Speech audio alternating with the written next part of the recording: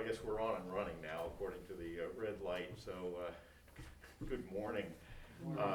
My name is Don Kinnear, and I'm the chaplain here at the funeral home. First off, I know that you're, like you said, all family, but thank you all for being here. You know, we live in a crazy and now crazier world than we did before.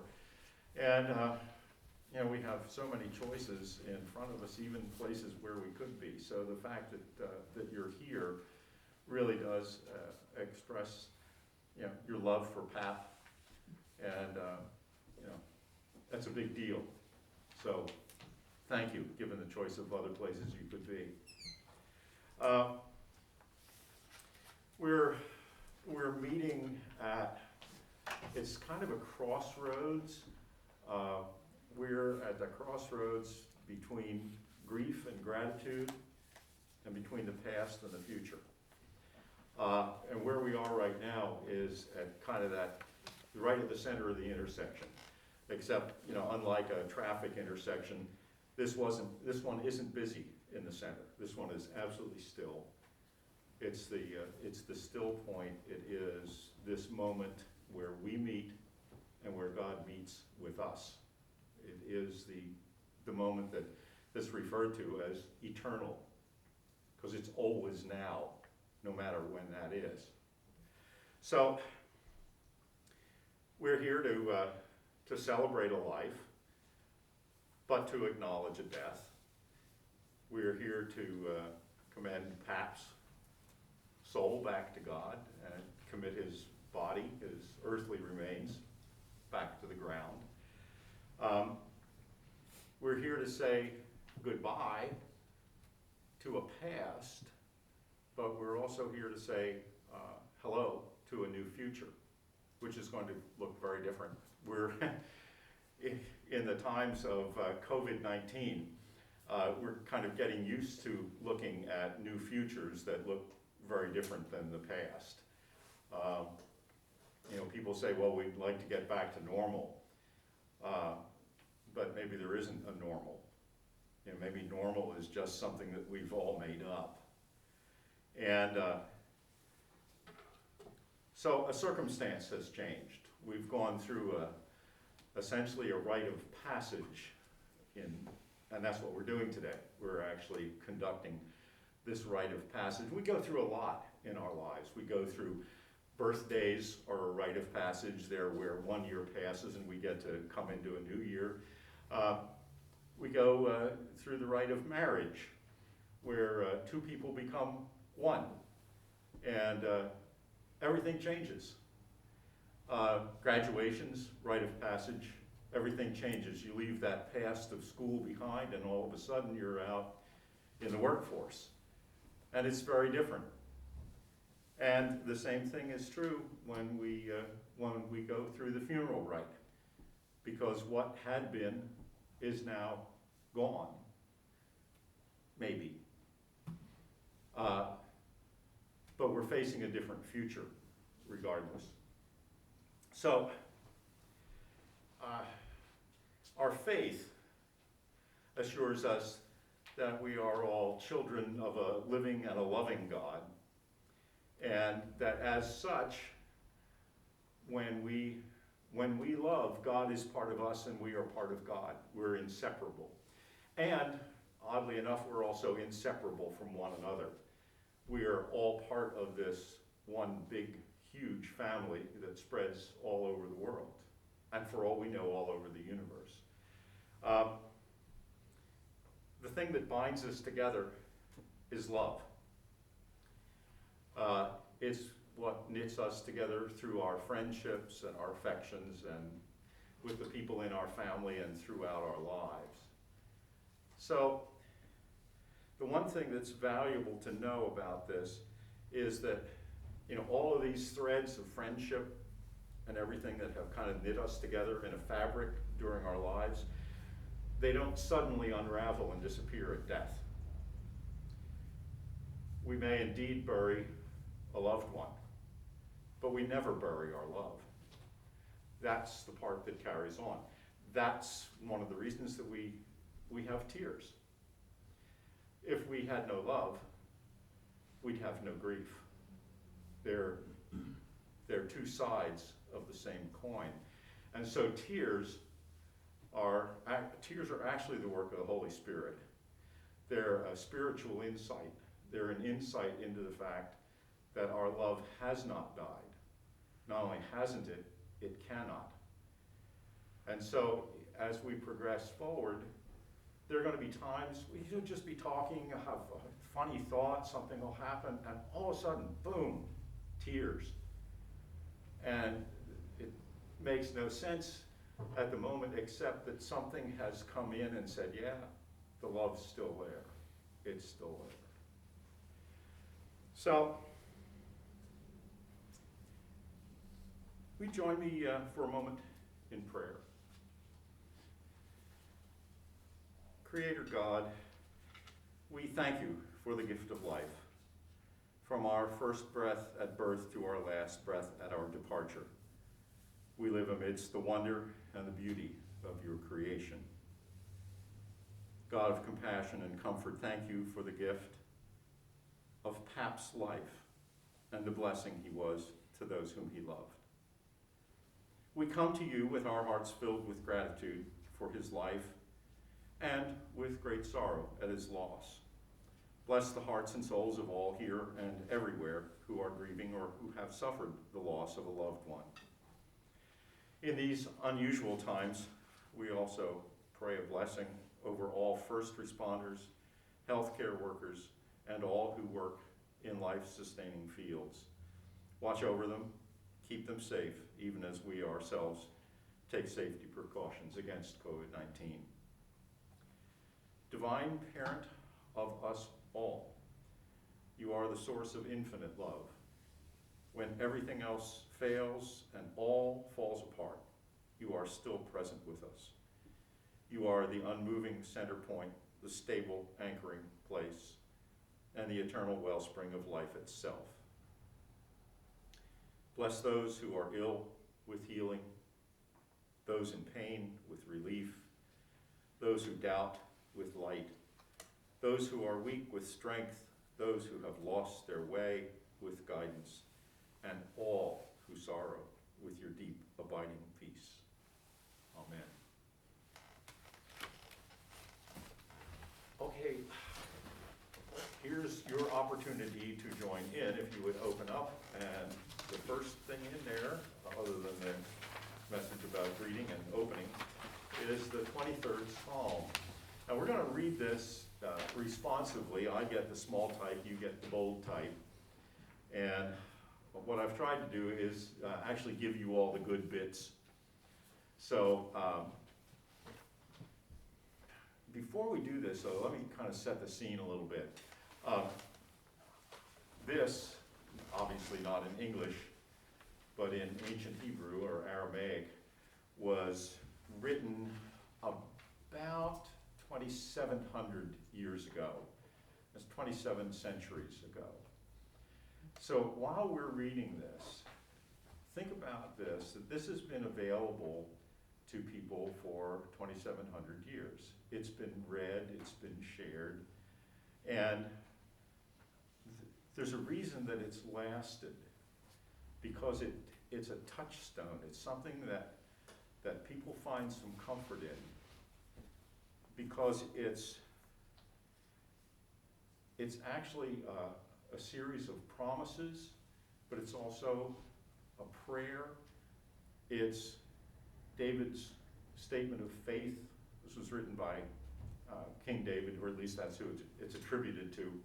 Nobody knows for sure, but that's what we're pretty sure of.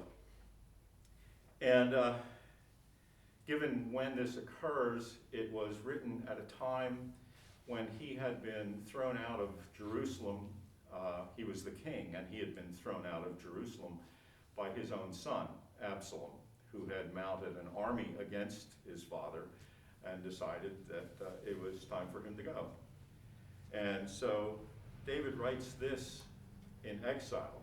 Bear in mind that he was also a shepherd, so he knows about sheep herding and all that stuff. That's something that most of us don't know about. But He did at the time, so he puts it in terms of that which he knew, and in terms of being cared for. So as we read this, imagine the millions and millions and millions of people who have joined in and who are with us in spirit right now. I think we probably just exceeded the capacity of the room. So let's read together. The Lord is my shepherd, I shall not want. He makes me to lie down in the green pastures. He leads me beside the still waters. He restores my soul. He leads me in the paths of righteousness for his name's sake. Even though I walk through the valley of the shadow of death, I will fear no evil, for you are with me. Your rod and your staff, they comfort me. You prepare a table before me in the presence of my enemies. You anoint my head with oil. My cup overflows. Surely goodness and mercy shall follow me all the days of my life, and I shall dwell in the house of the Lord forever. And even though it doesn't have one in the Bible, I always like to kind of put an amen at the tail end of that, because what amen signifies is, yes, we agree, so be it.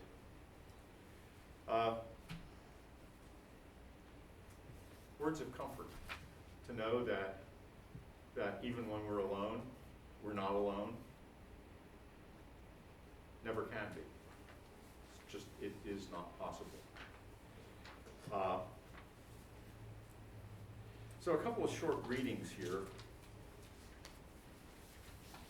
1 John, it's a little tiny letter back in the back of the New Testament.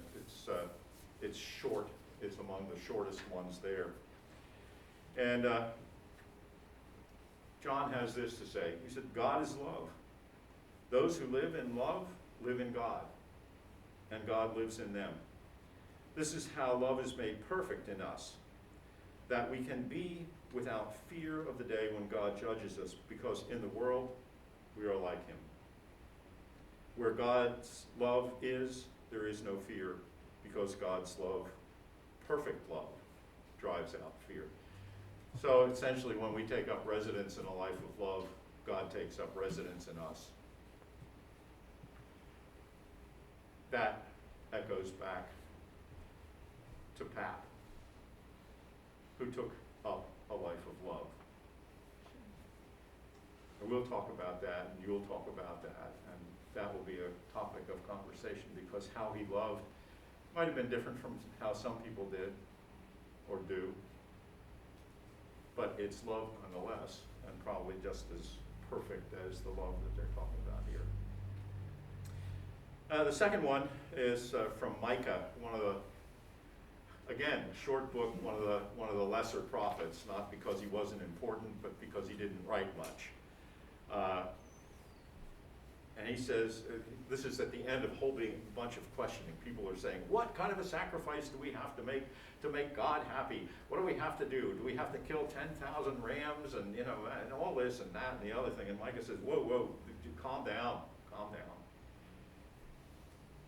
This is what the Lord has told you is good. And this is what he requires of you. He says, do what is right, love mercy, and walk humbly with God. That's all that's required. So, we come to this point. You notice I have a jar with, sand, and a candle, and a spark of life. And so we're just going to see if I can get this spark to ignite this candle. Oh, this is cool. Don't die on me here. Oh, there we go. If you can't get it lit, he'll keep blowing it out. That's all right. Rise up.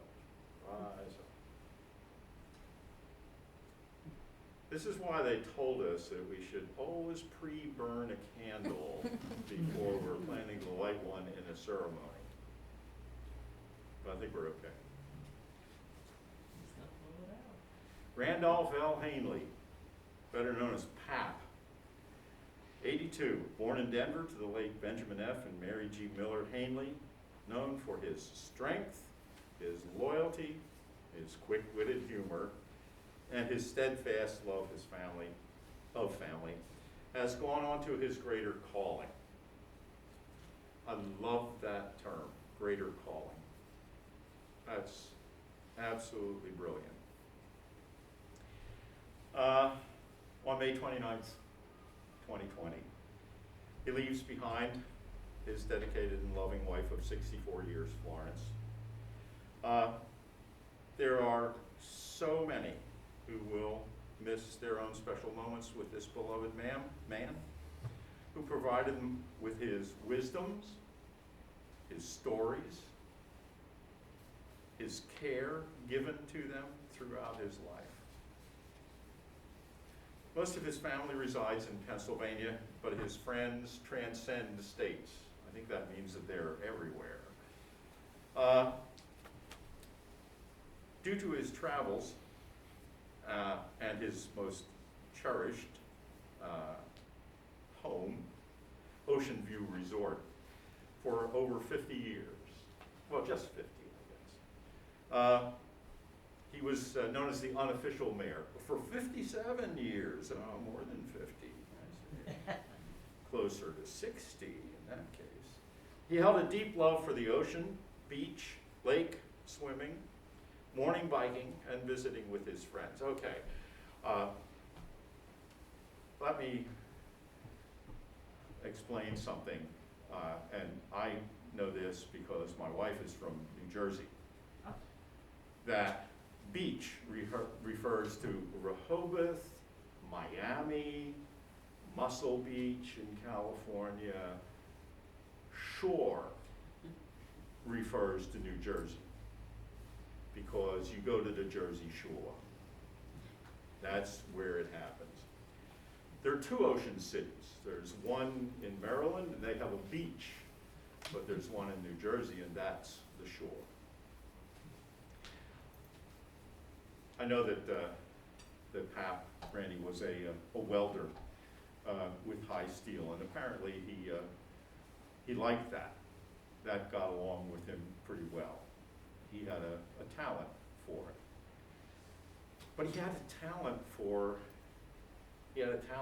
being at the shore. And there's something that is magical about being by the ocean.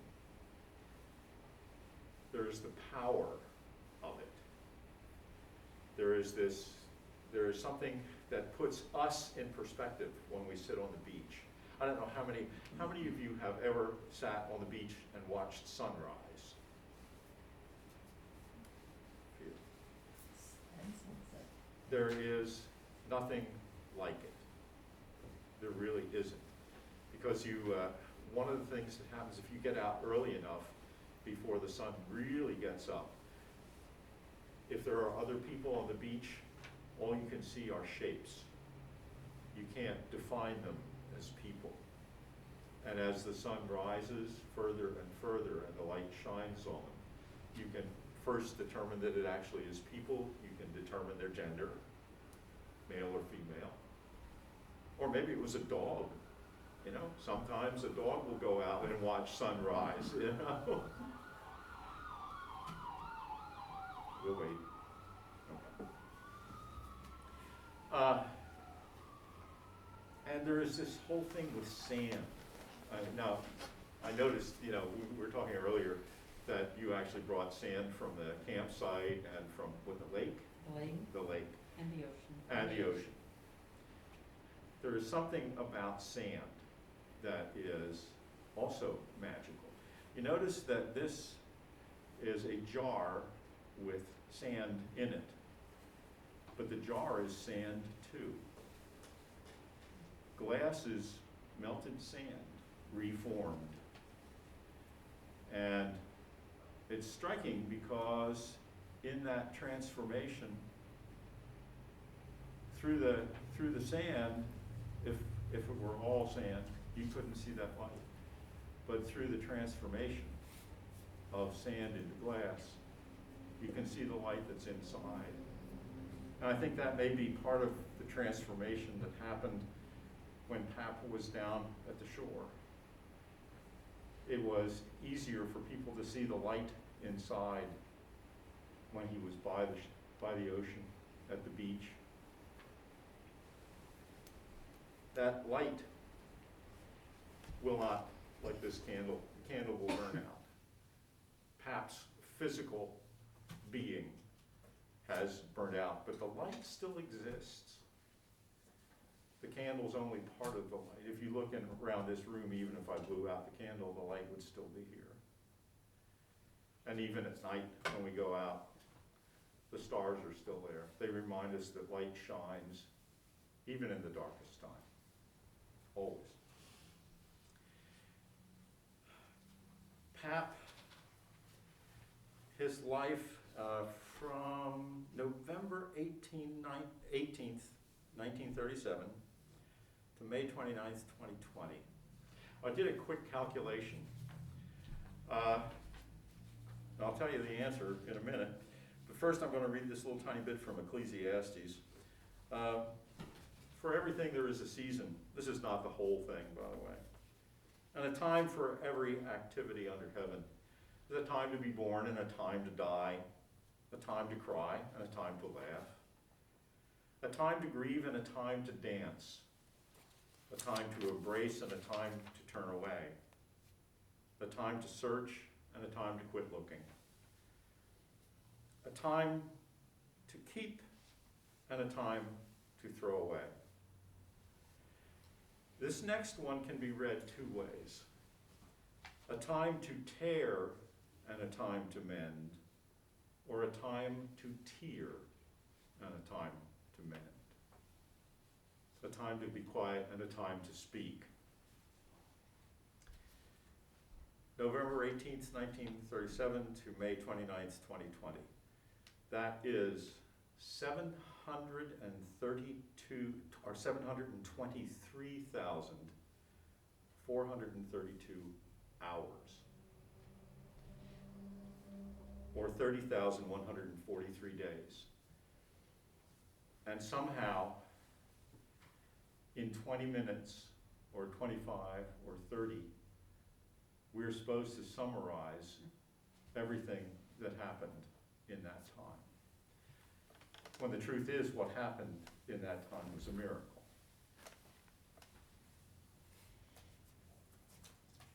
A man came to be among us, to be someone we loved and someone who loved us back. That's the miracle. And if we didn't know anything more than that, it would be fine. But you all have stories, and you're going to tell them, and you're going to have those memories come flooding back, and you're going to share them with each other. And that's where Randy, Pap, Randolph L., that's where he lives. He lives within all those memories. Powerful thing. A little poem by Linda Ellis. It's called The Dash. See, I read of a man who stood to speak at the funeral of a friend. He spoke of the dates on the tombstone from the beginning to the end. He said, first came the date of birth. He spoke the second date with tears. But he said, what mattered most of all was the dash between those years. For the dash represented all the time that his friend had spent on earth. Now all that truly love him know what that little line is worth. For it matters not how much we own, the cars, the house, the cash. What matters is how we live and love and how we spend the dash. If we could just slow down enough and consider what is real and try our best to understand how other people feel and be less quick to anger, show appreciation more, love the people in our lives like we've never loved before, And treat each other with respect. More often, wear a smile. And consider that this special dash might last a short while. So when our eulogy is read, our lifetime to rehash, will we be proud of what is said about how we spent our dash? Pap loved the Jersey Shore. He loved his family. He loved his friends. He loved life. He loved. Apostle Paul says, "Owe nothing to anyone except for your obligation to love one another. If you love your neighbor, you will fulfill the requirements of God's law." And Paul has a long chapter in Corinthians. It's all about love. It starts out with, if I have not love, I am but a clanging cymbal, and it goes on. I mean, it's quite lengthy, but there's a very short summary of it. Basically, what he says in all those words that he shares is this: if you ain't got love, you ain't got nothing. It doesn't make any difference, because anything you do without love is for nothing. So, at the end of that, he says, faith, hope, and love last forever. We have faith. We have to have faith, because nobody knows where we're going, for sure, when we pass. I have some very strong beliefs about this, and I'll be happy to talk to you about them, but we don't know. We don't know for sure. So we have faith, we have hope. We have hope that that's true. We hope that the words that are spoken to us at times like this are actually true words. And the third one is love. And it's the greatest one, because that's the one that we have no doubt about, because we can actually see it manifest in a life. So, in talking with Rex and Kathy, I have a term. Pap didn't have a church home in particular. He's what I call a free-range Christian. He didn't have a formal church, but what he did, he's acted on the instinct of his heart, and his instinct was good. It was right on. What he created. I actually wrote this out, and this just came. What he actually created with his life was a kind of a traveling lighthouse of kindness and a beacon of goodwill and good humor. And sometimes that swam in the ocean, and sometimes in the lake. Sometimes that beacon of light rode its way back and forth on a bicycle. But that was who he was. That was the essence of the man. Out for a morning ride or just sitting on the porch watching folks go by, he always had a smile, a tidbit of wisdom, because he was generous. He was generous that way.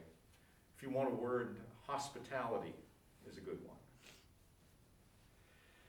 Before the service, I thank you all for being here. And the reason I do that is because whether we know it or acknowledge it or not, we are the body of Christ. It's a term that the church uses, but we're the part of God that gets stuff done in the physical world. So, every time we reach out to someone, we're a shoulder to cry on, we're the arms to hold somebody who's distraught, we're an ear that's ready to listen, a hand with tissue to wipe away a tear, or it's simply, a person who can make and share a meal or tell a story or simply give you a hug. No one of us, I can't, I know that, know the loss that you feel, because this is part of your memories. Your memories make up a part of what's lost. So nobody else can possibly know that, because we don't have your memories. So, you know, as you're going through this time, people may come up to you and they will say stuff, and, you know, because they don't know what to say, they'll just say something. Or sometimes they will come in silence. And believe me, the silence is actually wonderful, because in the absence of words, the best thing we can bring is ourselves. So people who come may not have the words to express what they feel, but their hearts are connected to your hearts.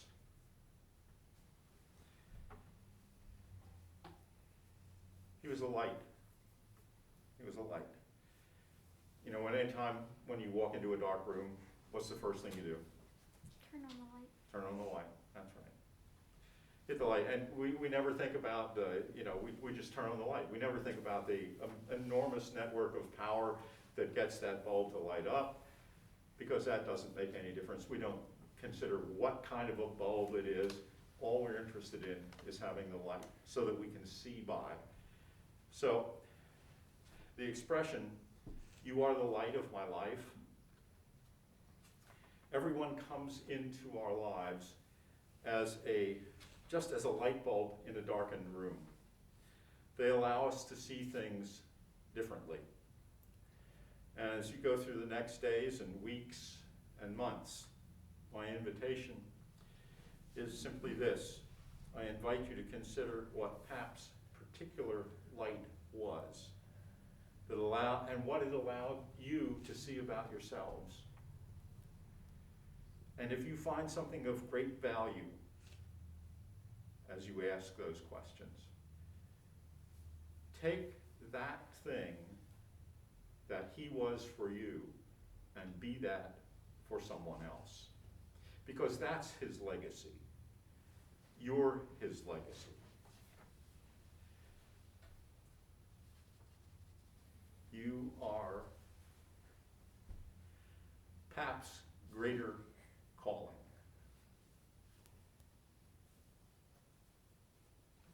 Be the best legacy you can for him. Would you join me in the Lord's Prayer? It's not printed there. If you know it, great. If not, just kind of follow along. And I use the word trespasses in it. So, Our Father, which art in heaven, hallowed be thy name. Thy kingdom come, thy will be done in earth as it is in heaven. Give us this day our daily bread, and forgive us our trespasses, as we forgive those who trespass against us. And lead us not into temptation, but deliver us from evil. For thine is the kingdom, and the power, and the glory, forever and ever.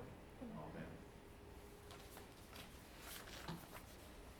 Our service here is completed, and we're going to move on out to Pleasant View Cemetery, which actually does have a pleasant view. And we'll meet up there, and we'll do a version of military honors. Obviously, we couldn't get the honor guard out for this because they're still not allowed to join us. But we do have the flag presentation ceremony down that our guys will perform, and some other things out there. So, as we travel out to the cemetery, if you would, just turn on your full nighttime headlights and your four-way flashers. Stay close in line. We do have the right of way as we travel, but if somebody else thinks they have the right of way, just don't argue, let whatever happens. The main thing is to stay safe. And we do, like I say, have the right of way to go through stop signs, traffic lights. If, however, we are overtaken by any kind of an emergency vehicle, fire, ambulance, police, whatever, we'll pull the procession over to the side, wait till they are safely passed, and then pull back out on the road and continue on our way.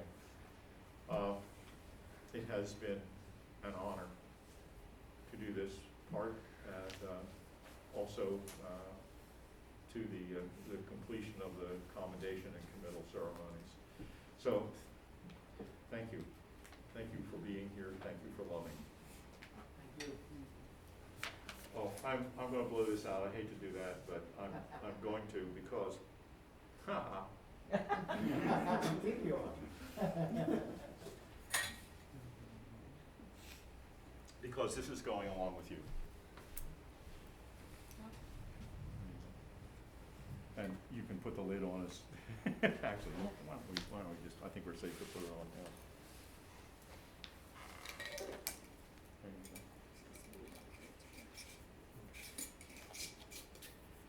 Thank you. You're welcome. That's one of those things, you can light that, oh, we're still on, okay. You can light that at any time. I think I'm gonna turn this off, so.